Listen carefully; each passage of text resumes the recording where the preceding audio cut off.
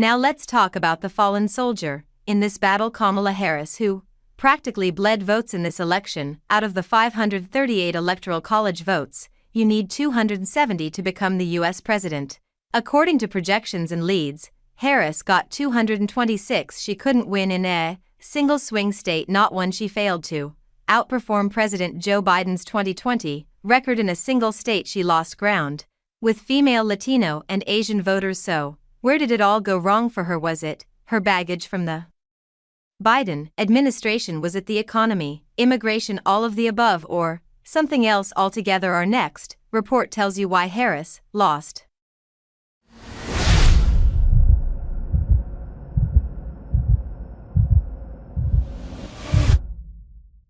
You won't hear from the vice president tonight, but you will hear from her tomorrow.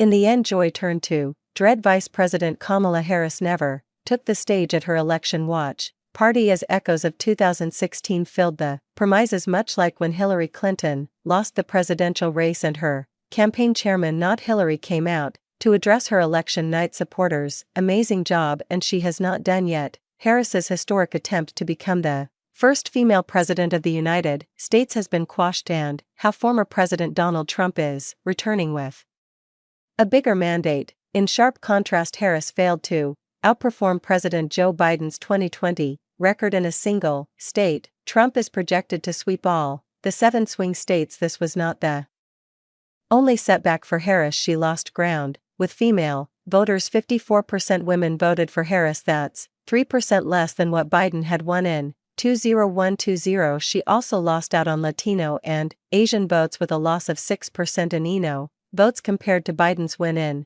2020. So where did it all go wrong for Kamala Harris? The first reason is Harris herself. She is not battle tested. She had been running for president for about 16 weeks against a man who'd basically been running for 9 years. Second, Harris overemphasized on abortion rights while blaming Trump.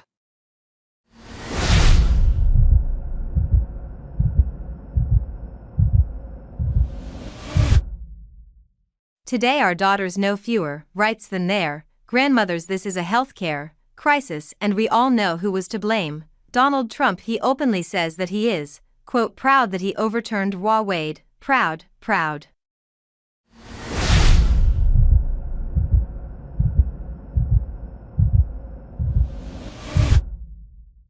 Sure, this was great for Harris. It was her party's strength. It was supposed to bring in last-minute voter surge, but what Harris forgot is that abortion may be a key issue, but it's not a unifying one in America. As sad as that is, it was the Democrats in 1992 who said, "It's the economy, stupid," that was their slogan, and Harris should have remembered it. She has been vice president for 4 years now. So all that has gone wrong with the cost of living crisis, with inflation, with anemic growth and employment, is also seen as her fault and weakened her campaign. Another crucial reason was immigration and protecting the border. 20% voters consider it the most important issue. Illegal migration in the United States was lower when Trump was president. It surged during Biden's term.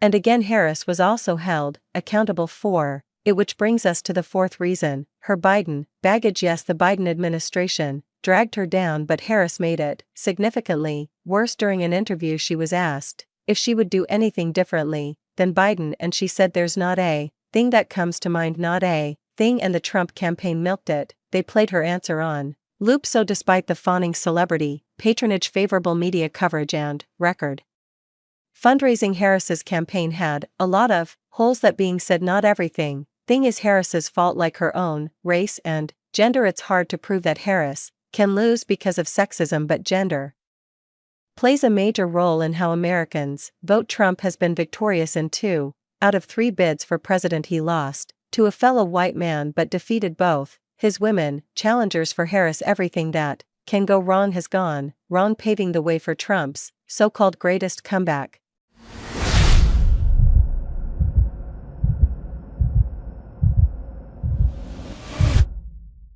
Thanks for watching this video.